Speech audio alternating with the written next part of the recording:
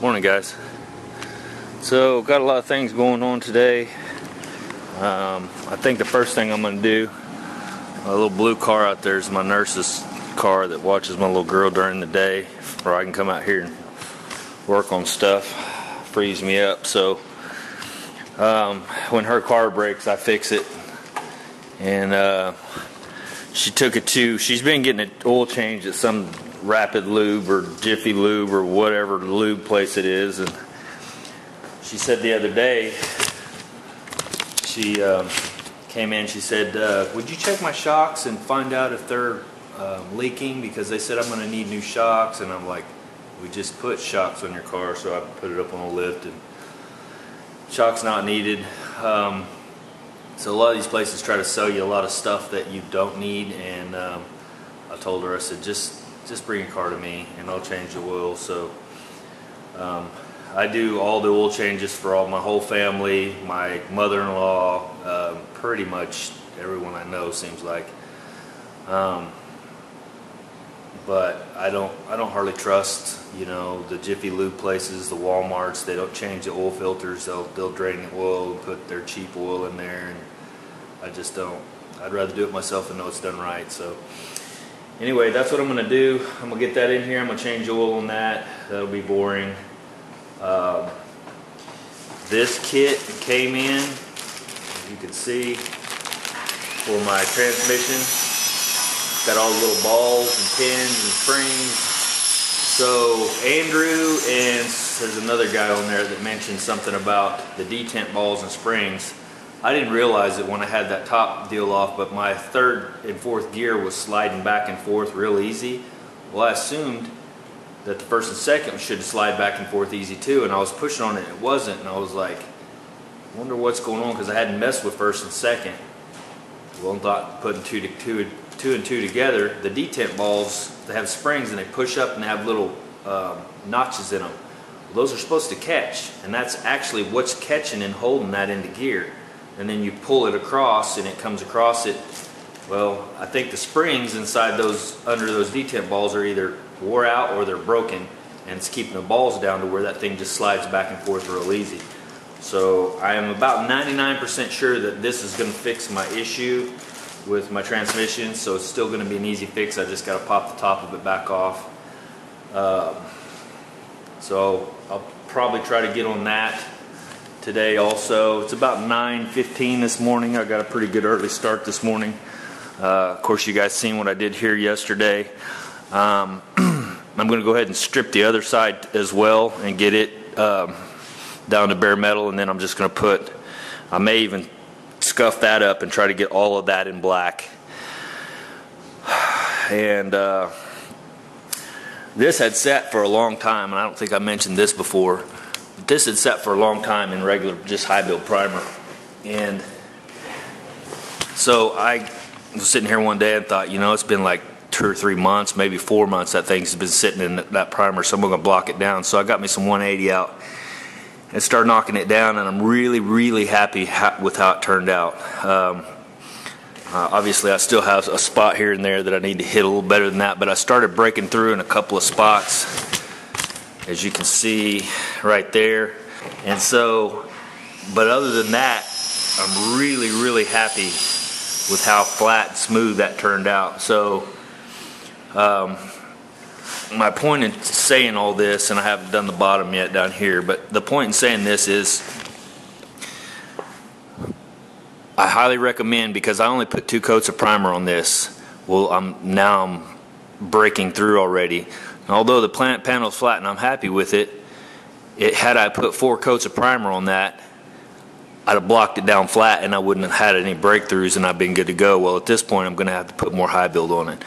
So we're back to that thing where I put high build on it and, wait for it to cure and shrink and do all that kind of stuff, which I got to do to the rest of the car anyway, so it's no big deal. But I learned something here on this, is 2 coats of primer is just not enough. You really need 3 or 4 coats to get a build so you can block that down, at least in my opinion. If anybody else has any different information, you let me know, because I'm obviously still learning on this at this stage. Blocking this primer down and not having the forethought to think I need to put a couple of more good coats of primer on this, just thinking 2 was going to be fine, which it wasn't. So anyway, thought I'd show you that, and like I said, I'm pretty happy with that. Turned out pretty good. But again, I'm going to have to go ahead and hit it with a couple more coats. So what else? That's it. I'm going to pull that car in and get it going, get the oil changed, get it out of here. That stuff I hate. I hate changing oil, and it's just not fun. I mean, you guys know it's just not something that's all that rewarding.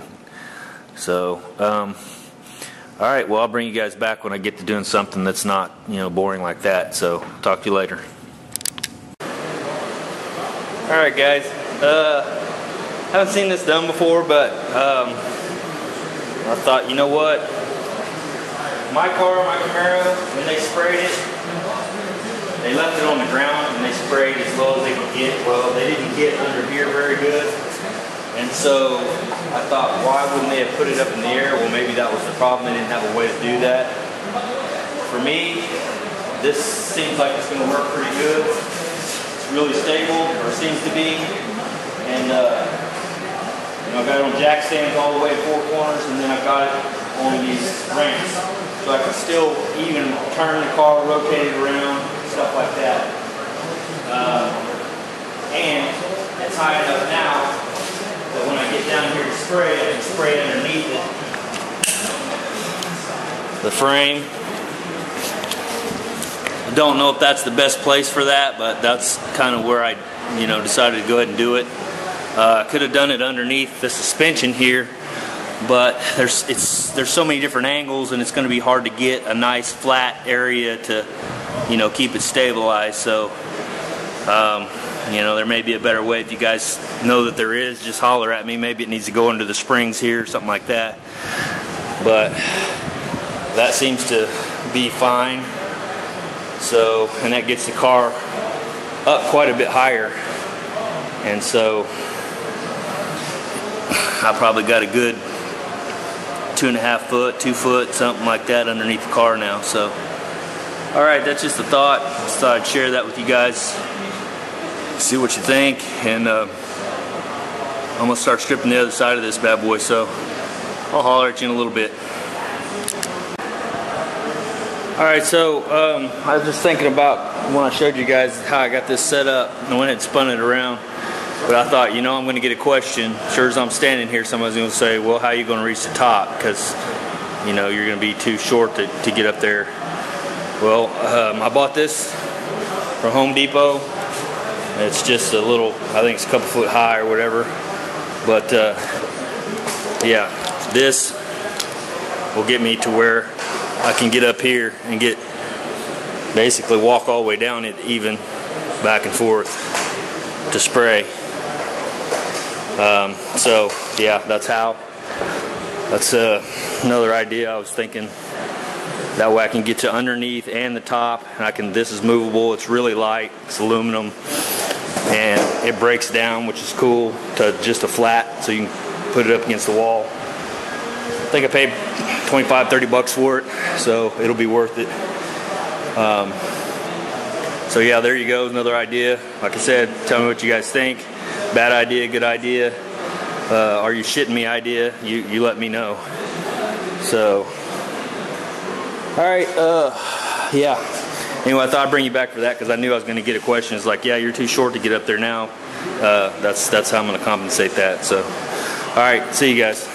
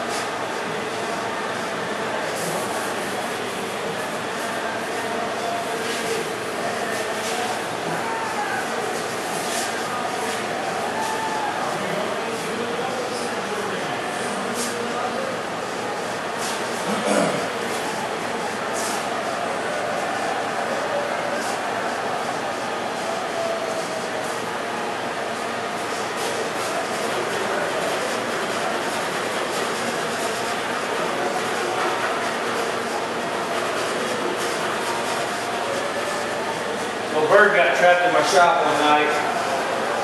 Couldn't get it out, so I had to leave it in here all overnight. I chased that thing around for probably 30 minutes and finally said, screw it, stay inside. He shit all over this car. From what I understand, bird shit has acid in it. Probably not going to hurt this car because it's in this stage, but I understand you won't leave it on your paint job, you know. You've got a car parked outside and shit's on your truck, it'll start etching into your clear coat. You don't want that. Like I said on this thing, I'm going to strip this down anyway, so it don't matter.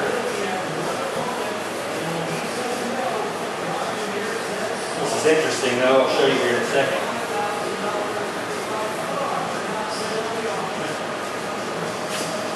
Interesting thought. So that's where the bird shit, and I just cleaned that. That etched that back down to metal. You know what I mean? Because this had this stuff on it, but you can see it's shiny. That's crazy. But yeah, I'm gonna strip all that anyway. I'm just cleaning this because, as most of you already know, if it's dirty and got any oil or whatever on it, or you touched it or whatever, you take that sandpaper, you're going to grind it into your finish, and then you could have a fisheye or something going on there eventually in your stuff. So, at least from what I understand. So I always clean every panel before I start sanding on it. That way, you know, I know that I'm getting the most of the stuff off there anyway. Now I'm going to go over this with isopropyl alcohol one more time. You saw me go over it with the Windex. I'm going to go over it real quick with isopropyl alcohol, and then I'll start stripping. Alright, see you guys. Some of you guys may remember back when I did these, and like I talked about before, I split this panel to move it in, to get the trunk gaps 3/16 of an inch and all that kind of stuff. Well, this was left in metal. And so all I did was I took some cheap guide coat and just sprayed it over the metal to keep it from rusting, and it did exactly that. So it's kind of a quick fix, it's cheap, and I'm going to show you how easy this stuff sands right back off. Now this is the regular EDP, but this right here was just, and it just puts a coat of guide coat over it, and it worked for me, and this has been in metal for quite a while, so I've had no issues with this rusting.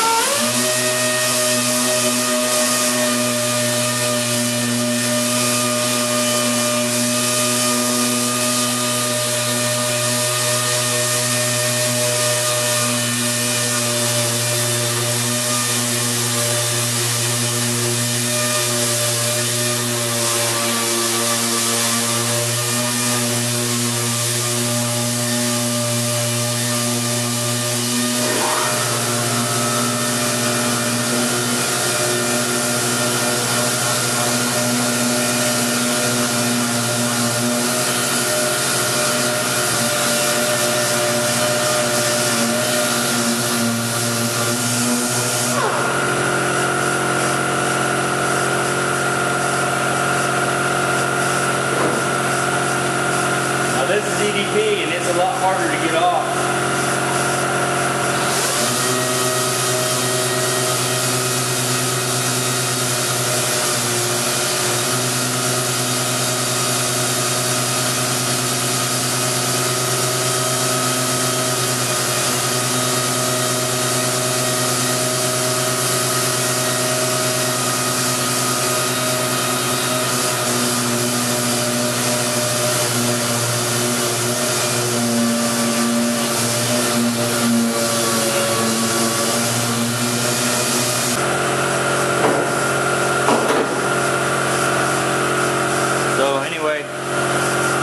Idea for you, if you have to, you know, you got something you're worried about flash rusting or whatever, you can use that. It worked for me. So like I said, it's been sitting there for what, months like that. So anyway, and it's easy to get off versus the EDP, which you can see it's taking me quite a bit longer to take it off, and I went through several sheets of 80 grit paper ripping it off. So alright guys.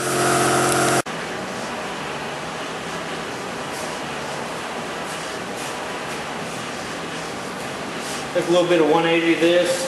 It's already been primed in that epoxy gray, but I'm gonna spray this whole ass in black, so I'm gonna go back over this with 180. Plus all the overspray from everything else has made this really rough. So yeah, I'm gonna block it down a little bit with 180.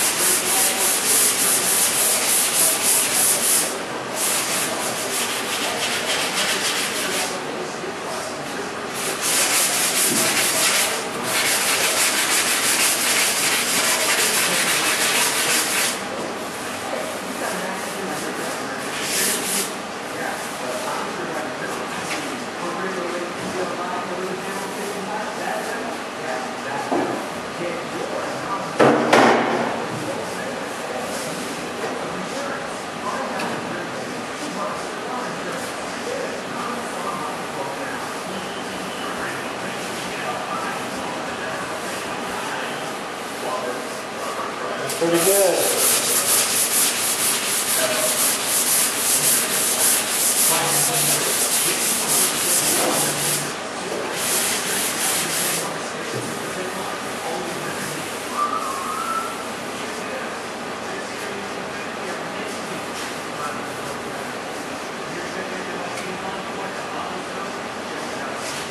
Must have done at some point, I must have done, and I don't remember, but right here I must have split this panel for some reason. I don't remember why. I don't remember for what. But I must have. And then I brushed epoxy over that. So I'm going to have to go ahead and smooth that back out and then reapply my epoxy. And I can see here that I'm going to have a little bit of high spots here, so I probably ought to tap that down while I'm doing this, since I blocked across that. And those started shining through, but for the most part the rest of that looks good. Like I said, there must have been must not like the gap or something happened. I don't remember. I'd have to go back through the videos to figure it out, but I do remember splitting one of these panels, and it may very well have been, well, actually I think I split it on both sides if I remember right. That way I get my gaps good. Alright, well, that'll probably be it for now. Looks like it's about 1, a little after 1. I need to go get some lunch.